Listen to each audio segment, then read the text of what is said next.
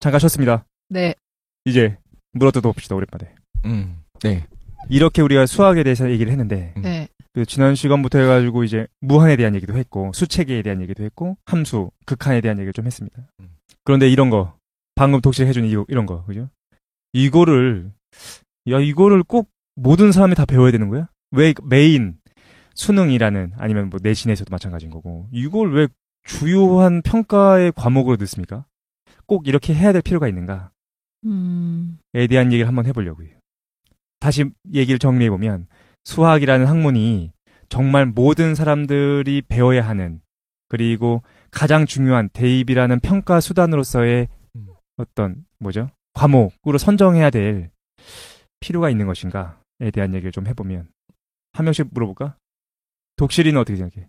수학에 대한 얘기를 좀 해줬는데, 그죠? 딴 사람 먼저 물어봐줘. 딴 사람? 깡 선생. 깡 선생이 없어. 필요 없어. 교육과 나왔는데. 깡 선생님 도대체 전공을 몇 개나 하신 거예요? 깡 선생 달라져. 깡 선생 교육학 대학원. 대학원을 교육학을 하셨죠. 졸업은 아직 안 했던 것 같은데. 어쨌든 네. 깡 선생 같은 경우에 정확하긴 모르겠는데 지난주에 그럴 필요 없다라고 얘기했던 것 같아. 그죠? 근데 그거는 뭐 개인 다음에 오면 다시 한번 물어보도록 합시다. 다음 주에. 김도희는 어떻게 생각하십니까? 저는 요즘 교육 체계나 교육 과목 배우는 그 내용에 대해서 생각을 많이 하는데 순수 학문 자체를 교육과정에서 배우는 게 좀 문제되는 것 같아요. 순수 학문을 배우는 것 자체가 문제가 된다. 네네. 고등학교 때는 응용 학문. 고등학교 의학, 때 실용 학문을 배워야 되는 것 같아요. 실용적인 것들. 그리고 오히려 순수 학문은 대학이나 대학원에서 연구 과정으로 나아갈 때 배우는 게 좋은 것 같아요. 일반적인 통념이랑 정반대네. 네, 제가 실제로 저는 학교 다니면서 초등학교, 중학교, 고등학교 다니면서도 정말 학교 다니기 싫다고 생각했었고, 나중에 만약에 자녀를 낳으면 정말 학교를 보내지 말아야겠다고 생각했었거든요. 선생님들 죄송한데. 세계롱차입니다, 이제. 선생님들에 대한 문제라기보다 그 시스템이나 뭔가 이렇게 주입식으로 계속 나한테 개인한테 푸시해가지고 정보를 전달하는 게 굉장히 폭력적으로 느껴졌어요. 그리고 또 요즘에 느끼는 게 뭐냐면 이제 대학교를 졸업하고 나면서 사회 문제에 이제 엮이게 되잖아요. 사회적 역할이 생기잖아요. 예. 뭐 결혼을 하시는 분들은 뭐 부모나 뭐 배우자의 역할, 뭐 자녀가 생기면 이제 자녀 양육의 역할, 뭐 이런 것들 여러 가지 역할을 담당하게 되는데 사회의 흐름이나 사회 시스템에 대한 거에 대한 습득 자체가 안 돼 있다는 생각이 들어요. 예를 들어 제가 말하는 구체적인 거는 뭐냐면 학교 다녔을 때 예를 들어 경제활동 어떻게 해야 되는지 직업교육에 대한 것도 구체적 체험이나 뭐 세금제도 여러 가지가 필요한 것 같아요. 가족 운영할 때 뭐가 필요한지 결혼할 때 필요한 것들 뭐 이런 것들 필요하고 그리고 자기 건강보건에 대한 것도 필요한 것 같아요.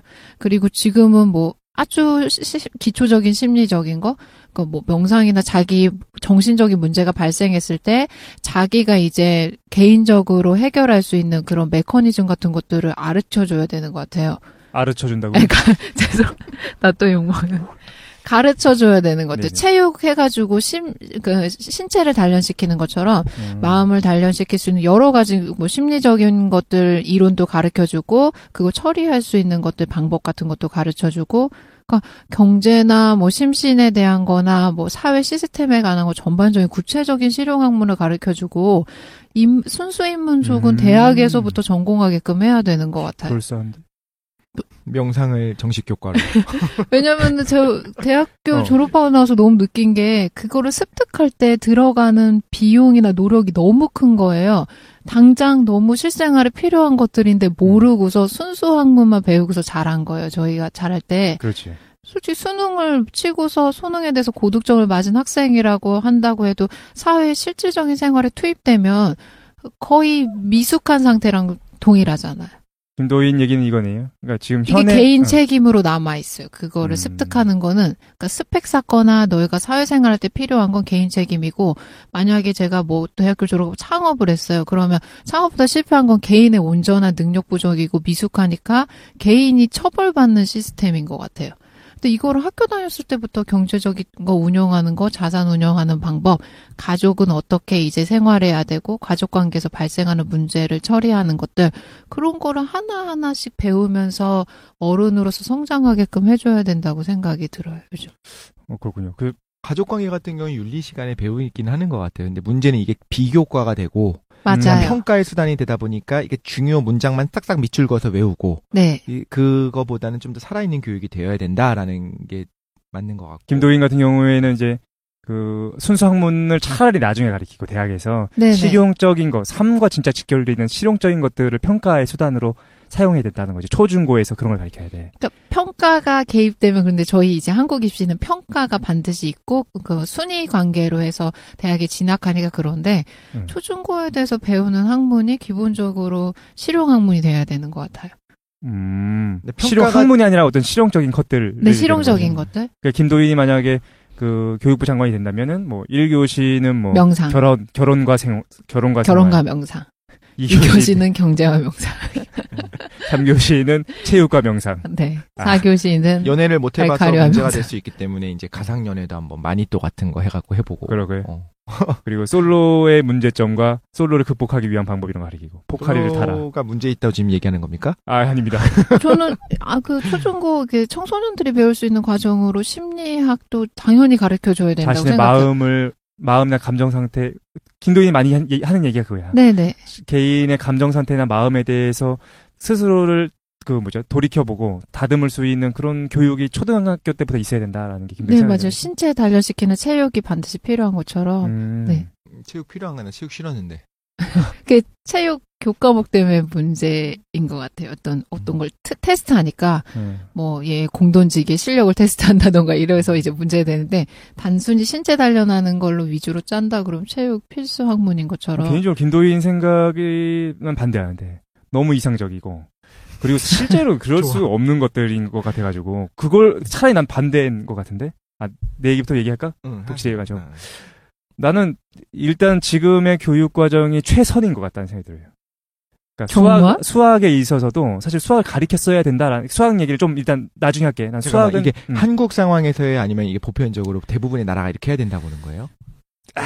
좀 어려운 문제긴 한데 한국만 일단 한국의 경제적 상황이나 한국의 입지 이런 것들 여러 가지 고려해봤을 때 그리고 학문의 전체를 좀 고려해도 이게 사실 최선은 아닌가라는 좀 생각이 들어요. 왜요? 왜냐면 일단은 하나씩 좀 비판을 먼저 해보면 좀 너무 이상적인 거야. 뭐가?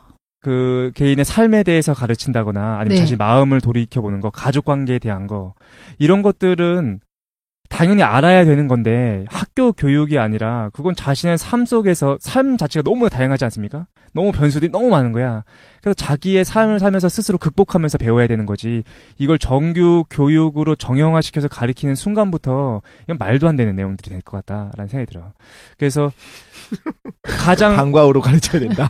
그렇지. 그거는 그 취미로 그냥 살면서 그냥 배울 수 있는 것들이고. 학원에서. 김도인이 눈에서 레이저를 쏘고 있는데 안 보고 얘기해야지. 그래서 어떤 걸 가르쳐야 되냐면은 누구나 인정할 수밖에 없는 보편에 대해서 가르치긴 해야 돼. 아니, 그 보편을 가르쳐야 되는 시기가 어리면 어릴수록 난 좋다라고 생각합니다. 그 보편이라는 거는 당연히 구체적인 현상을 제외하기 때문에 보편을 가르치게 되면 어떤 현상이 되냐면 구체적인 사례나 이런 거를 다 제거해야지 보편 개념이 추출되잖아요. 근데 어렸을 때 저는 오히려 추상 개념이나 보편 개념을 이해하기 어렵다고 생각해요. 보편이나 추상 개념 이해하려면 반드시 현실적인 구체적인 데이터들이 누적돼야지만 가능하거든요.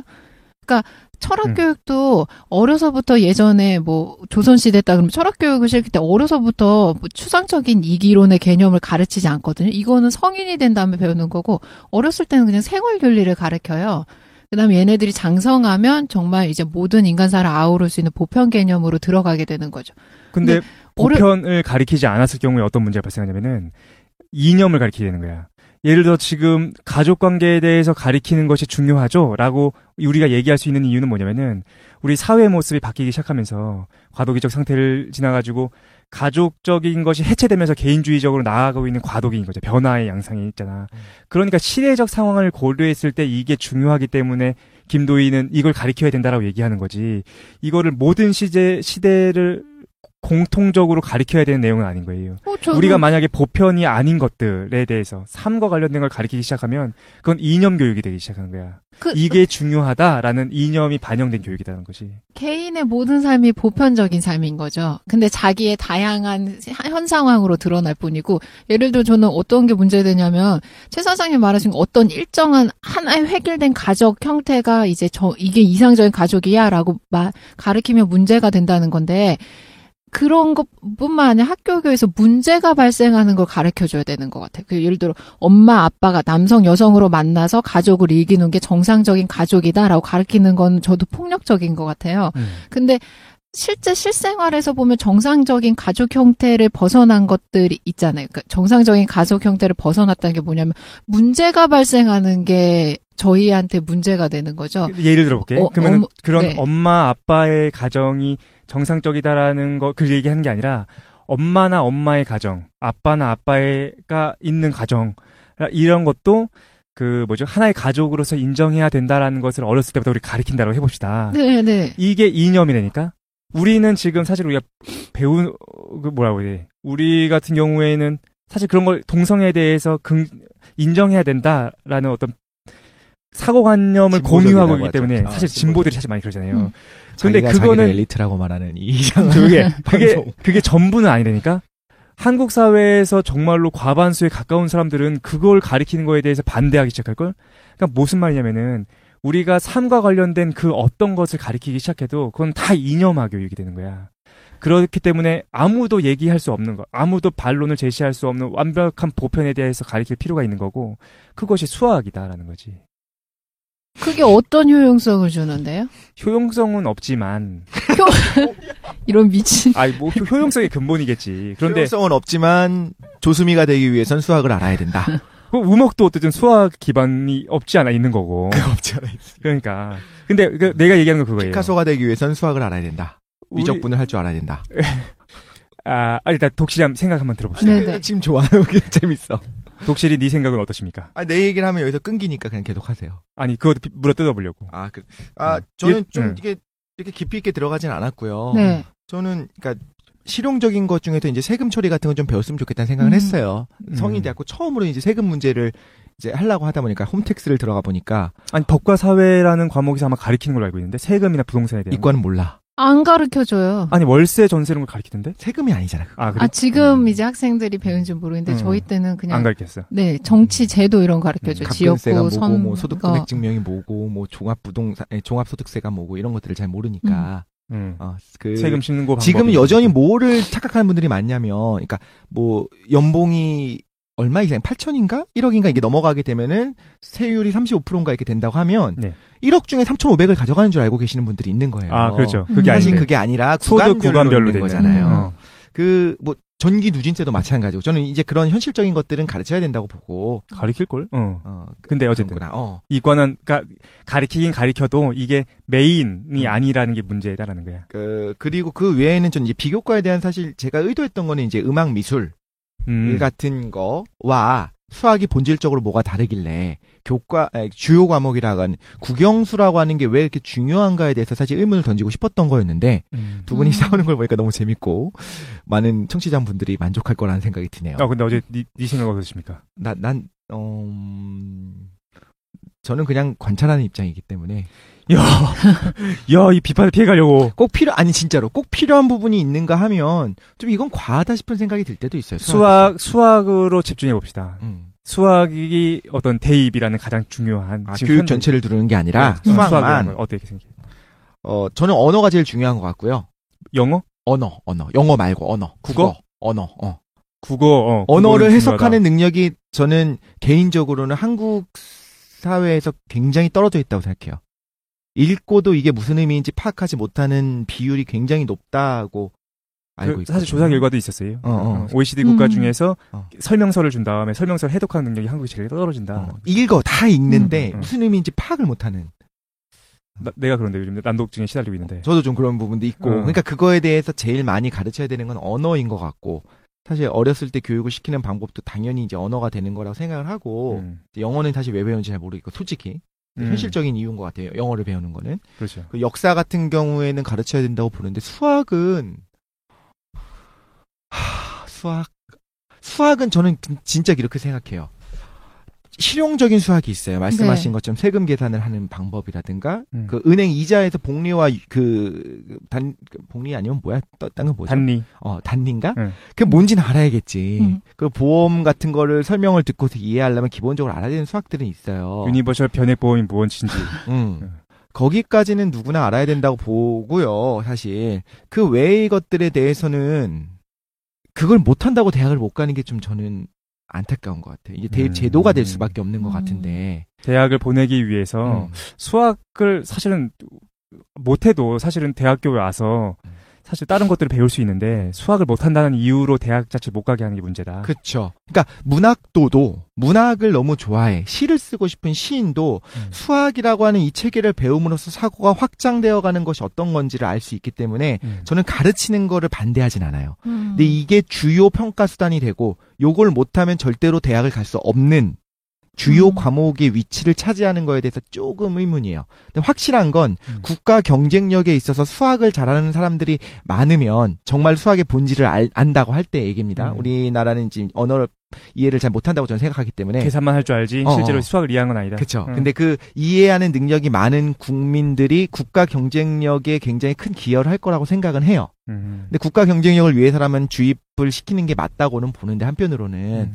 그런데 이제 저는 항상 이제 발레들이 생각이 나는 거니까. 근데 정말로 훌륭한 어떤 예술가를 키워내는 과정에 있어서 수학을 아는 예술가가 풍부해지는 건 맞는데 수학을 못한다고 예술을 못하는 건 아니거든요.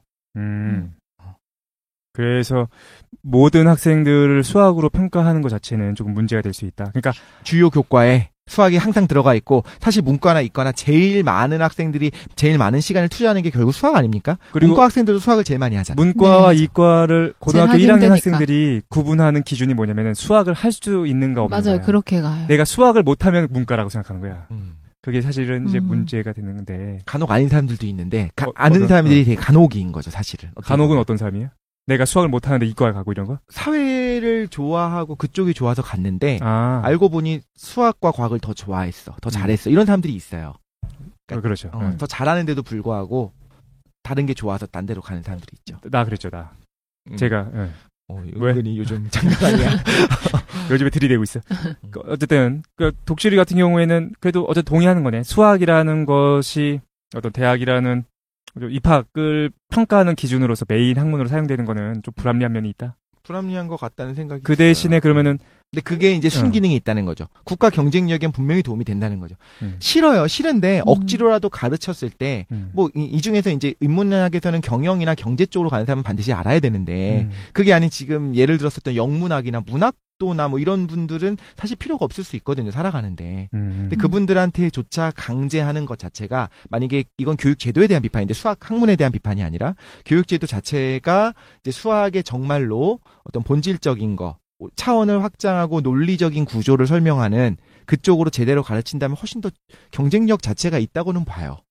사람을 사람답게 하는 데 있어서 굉장히 중요한 것 중에 하나가 수학이라고 보거든요, 저는. 근데 저는 이제 독실이는 이제 수학을 가르쳐야 되는 이유로 이제 효율적인 측면을 좀 얘기하는 것 같아요. 네. 국가 성장에 있어서도. 네. 근데 나는 그걸 좀 넘어서 가지고 수학이라는 학문 자체가 인간이 찾아낸 모든 학문 중에 유일하게 진리와 가장 가까운 거 아니에요? 유일하게 얘가 참이다 거짓이다를 얘기할 수 있는 유일한 학문이 수학밖에 없잖아요. 근데 그걸 왜 알아야 되느냐라는 거죠. 모든 사람이. 왜냐면은 참과 거짓에 대해서 엄밀하게 얘기할 수 있는 유일한 학문이 수학밖에 난 없다고 생각하고. 왜? 왜요? 그렇잖아요. 예를 들어서 프로이트가 이렇게 얘기하는 거야. 어떤 우리의 무의식이라는 것이 인간의 그 행동을 제약하는 기준이 된다. 이때 참과 거짓을 얘기할 수가 없는 거야. 사회학에서나 아니면 인문학에서나 아니면 다른 학문들에서 뭔가 참과 거짓을 얘기할 수가 거의 대부분 없어요. 다 비판이 가능하고.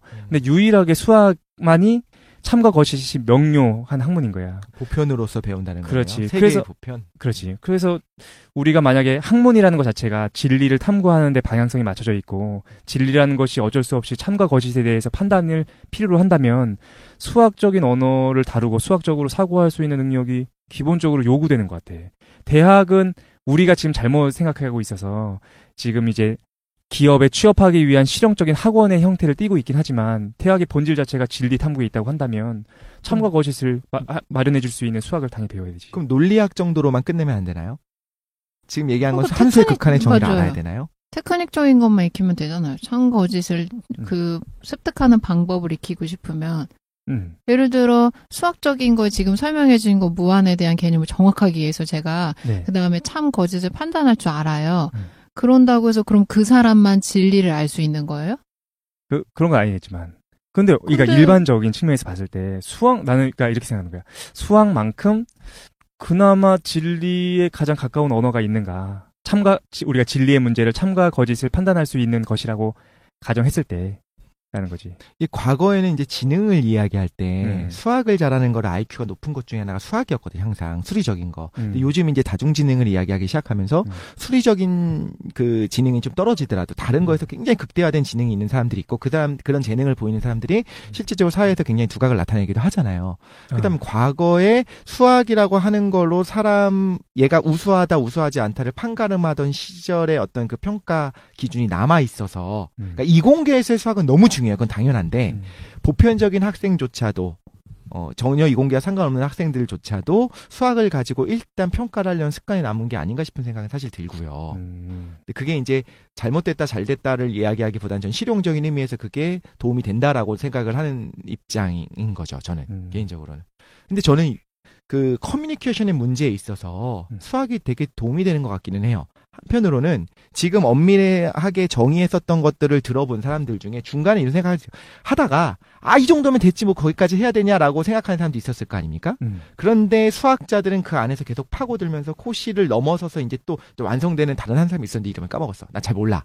그런 분들까지 가면서 극한이라고 하는 객관적으로 바라봤을 때 누구나 이해는 할 수 있지만 객관적으로 서술하지 못했던 것들을 서술하기 위한 극단적인 연구들을 해왔잖아요. 근데 이게 뭘 이해할 수 있게 하냐면 이공계 쪽 이건 지금 두 개를 나누는 건 아니지만 이공계 쪽의 사고방식을 이해할 수 있게 돼요. 저는 뭘 이거 자기 변명은 아닌데 제가 뭔가 인문학적인 지식에 접근을 했을 때 제가 계속적으로 뭔가 극단적인 예를 들어서 이제 이야기를 하잖아요. 근데 그게 저는 개인적으로는 본질적이라고 생각을 해요. 어떤 반례 사례가 등장하면 그 이론이 폐기돼야 된다라고 생각하는 거야. 폐기된다라기보다 이제 문제가 있다. 보편적으로 이렇다라고 얘기하는 건데 비판하는 분들은 뭐 저렇게 극단적인 사례를 들면 당연히 얘기하기 어렵지라고 이야기한다는 거죠. 그런데 저는 저의 사고방식을 이해하기 위해서는 그러니까 저같이 생각하는 사람이 저만 있는 것이 아니거든요. 저 같은 사고방식을 가지고 있는 사람들이 우리나라의 반인 거예요. 그러니까. 그렇지. 굉장히 극단적인 걸 생각하고 그 극단적이라는 게 무슨 때로는 말도 안 되는 극단을 얘기했을 수도 있겠지만 대부분의 경우에 저는 합리적인 극단이라고 생각을 했거든요. 반례라고 생각을 했거든요. 근데 이 사고방식 이해하기 위해서는 왜 그렇게까지 해야 되냐. 대충 이거 하면 무슨 말인지 알지 않냐. 우리끼리 보통 무슨 의미인지 알지 않냐라고 후려치지 않고 극단적인 서술을 하는 연습을 해보는 수학이라고 하는 거를 이해를 해야 극단적이고 엄밀한 서술을 가능하게 하는 수학을 배워야 된다. 그걸 해봐야 서로 커뮤니케이션 자체가 이루어질 수 있지 않을까 싶은 생각도 드는 거죠. 김도인 좀 추가 설명할 거 있어요? 저희 시간이 이미 너무 많이 돼가지고. 그렇네. 네. 일단 그러면 재밌는데 얘기를 하다가 중간에 어정쩡해졌는데 교육을 한 번 더 뺄까? 나중에 어차피 해달라는 분들이 좀 그렇죠. 있어서 교육에 대한 거는 우리가 외국 사례도 한번 조사해가지고 한번 나중에 한번 다루도록 하고 일단 보편 교육과 대입 이 두 개 좀 나눠서 그렇게 해야 될 것 같아요. 우리가 지금 오늘 좀 많이 퉁쳐가지고 좀 얘기를 했는데 수학과 관련된 얘기, 교육에 대한 얘기를 좀 하고 있습니다. 그리고 앞서서는 우리가 독실이가 수학과 관련된 여러 가지 개념들에 대한 좀 설명을 해줬어요, 그죠? 김도인이 계속해서 눈에 레이저를 쏘고 있는데 할 말을 다 못해가지고 그죠? 그런가? 일단 우리가 시간이 다 돼가지고 좀 급하게 좀 마무리해야 될 것 같은데 잠깐 자기 한 30초 정도 얘기할 수 있을 것 같아. 30초 정도 자기 오늘 이제 수학과 그 다음에 우리 교육에 대한 얘기 한 거에 대해서 자신의 생각을 좀 얘기한 다음에 마무리하도록 하겠습니다. 누구부터 할래? 제가 할게요. 예. 저는 그 수학에 대해서 이야기를 하면서 수학 교육의 필요성을 항상 되게 궁금했었던 거는 제가 바라보는 것과 또 다르게 수학을 대학에서도 전공한 분들은 공부를 하면서 느꼈을 것 같아요. 내가 이걸 왜 하고 있지? 또한 이거를 왜 가르쳐야 되지라는 생각했을 것 같아요. 전 그게 너무 궁금해서 마지막 한마디로 하고 싶은 거는 이제 팟빵 후기라든가 게시판에 올려주시는 것들에 리플은 잘 안 달고 반응을 하지 않지만 다 읽고 있잖아요. 그 수학 교육을 전공하신 분들이나 대학에서 수학을 하신 분들이 말씀해 주셨으면 좋겠어요. 어떻게 생각하시는지. 자기 전공의 필요성.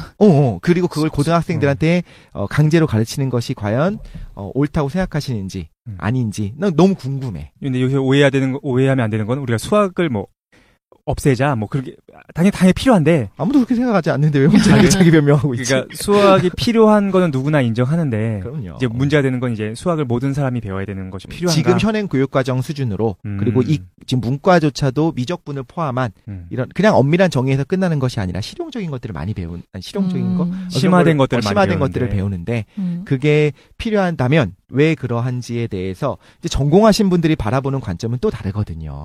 그게 너무 궁금한 거예요. 저도 전공하지 않았기 때문에 수학의 세상에 그 넓은 세상에서 제가 아는 건 극히 일부 공학에서 쓰이는 수학밖에 없기 때문에 그런 순수한 수학 철학자분들의 반응이 궁금합니다. 저는 이제 저도 동감해요. 뭐가 동감하냐면은 수학 때문에 고등학교 생활 전체를 말아먹는 사람들이 너무 많은 거야. 수학 때문에 학교 생활 자체가 힘들고 자기가 공부를 못한다라는 어떤 컴플렉스를 갖게 되는 한국 사회에서 수학을 가리키는 방식에 문제가 있어. 맞아. 그런데 이제 수학은 그렇다고 해서 그게 수학 자체의 문제는 아닌 것 같아요. 수학이 보편성의 학문으로서 모든 사람이 배워야 된다는 거에 대해서 나는 강력하게 사실은 맞다라고 생각을 하고 그 대신에 지금과 같은 수학을 가리키는 방식에는 좀 문제가 있지. 평가 방식 그렇죠. 이런 것들. 평가의 방식이나 아니면 위주로 그렇지. 배우는 것들이 그게 별로다. 문제가 있는 거지. 수학을 배워야 되는 것 자체가 문제가 있는 건 아니다. 그렇죠. 제 반에 자기가 18번이면 8일이 되고 18이 되고 28일 될 때마다 두려워했던. 나를 부를 것인가. 지금도 그러시나요? 저희 때 번호로서 막 불렀죠. 이름으로 부르지 않고. 어디서 들었는데 요즘은 며칠이라고 몇 번을 시키는 게 불법이라고 법에 걸리나요? 안 된다고 그래요? 했었던 것 같아요. 그렇게 주장하는 사람들이 있었던 것 같은데 잘 모르겠어요 그건. 김도인 마지막 마무리 좀 해주시죠. 저는 아까 뭐 하다 말한 거에서 나중에 언제 다시 얘기할 것 같은데 수학이란 학문 자체의 뭐 가치에 대해서 의문하는 건 전혀 아닌데 보편적인 학문을 어렸을 때 가르치는 게 되게 폭력적인 일이라고 생각해요. 네네. 오히려 보편을 가르치는 게 폭력적이다. 네, 보편이 오히려 쉽고 하나의 뭔가 롤모델을 가르쳐 줄 수 있는 게 아니고 보편은 정말 섬세하고 정말 디테일한 게 누적이 돼야지만 가능한 거라고 보거든요. 그러니까 성장하고 나이가 있고 자기 생활 경험이 있어야지만 이제 습득할 수 있는 건데 어려서부터 보편이라고 하는 하나의 절대적인 거에 대한 가치를 주입하게 되면 굉장히 폭력적으로 변화하게 될 거라고 생각해요. 그래서 아까 전에 얘기했던 거죠. 그래서 뭔가 실제로 쓸 수 있는 것들. 왜냐면은 고등학교나 중학교를 마지막으로 공부하는 사람들이 있으니까. 그렇지. 네. 그러니까 정말로 삶에서 내가 살아가는 데 있어서 필요한 것들을 먼저 가르쳐야 되는 거 아니냐. 그러니까 그것도 가르쳐야죠. 네. 그래서 뭐 포카리를 어느 정도 섞어야 되나 이런 것들 실용적인 거 가르쳐주고. 얼씨구나.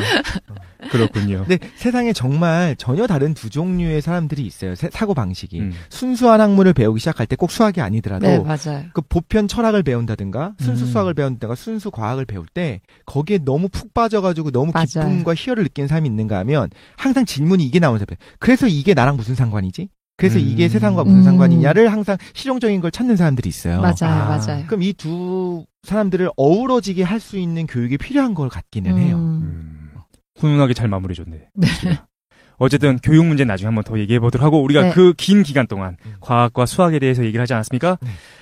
주제를 바꿔가지고 다음 주부터는 알찬 주제 그리고 오랜만에 다른 주제들을 갖고 미스테리 중심으로 해볼까? 진행해 보도록 하겠습니다. 입이 어쨌든 찍을지도 몰라 미스테리 하면. 고생 많이 하셨고 오늘 여기서 마무리하는 걸로 할게요. 네네. 수고하셨습니다. 수고하셨습니다.